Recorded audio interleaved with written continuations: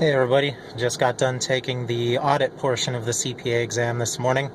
Wanted to record my impressions so I don't forget them, and I can refer back to them in about a month when I get my results. First off, props to Prometric this morning for the quick check-in process and having Jolly Rancher candies there. My throat's been giving me hell for a while, and it was nice to not cough the entire time while taking the test. The test itself, about what I expected. Gleim and Wiley prepared me pretty well for it, I thought. The only two areas I really think I should have studied more on were things like independence threats, well, basically everything from the Code of Professional Conduct. I kind of glossed through that, and I should have studied it more clearly. Also litigation contingencies, but that relates to my weakness in subsequent events from FAR, which I mentioned in the previous video. And I have a feeling things like that, with which would deal with timing issues, will always be somewhat of a weakness of mine. They were pretty prolific on the exam. I was surprised by that, but not terribly surprised. I think I passed. I'm not 100% sure, obviously. The multiple choice, the first testlet, I felt I breezed through that.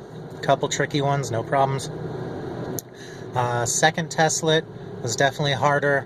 A lot more thought was required. I was spending about closer to a minute per question as opposed to like 10 seconds on the previous testlet. I feel I got through it, did okay enough on that one. And by my estimation, probably like 80%, 70-something on that one, and much better on the first one. The simulations, it was a grab bag. I mean, they were mostly simulations that did require some calculations, some thought, some foreknowledge, or actually some knowledge attaching back to financial accounting. So definitely taking FAR before audit helped in that regard. But yeah, the simulations were just, they were hands-on. I had a couple document reviews, but nothing too horrible. Yeah, I'd just say about the simulations that they required a bit more thought and some calculations, and when I did them, there was no point where I was like, that is most definitely the right answer.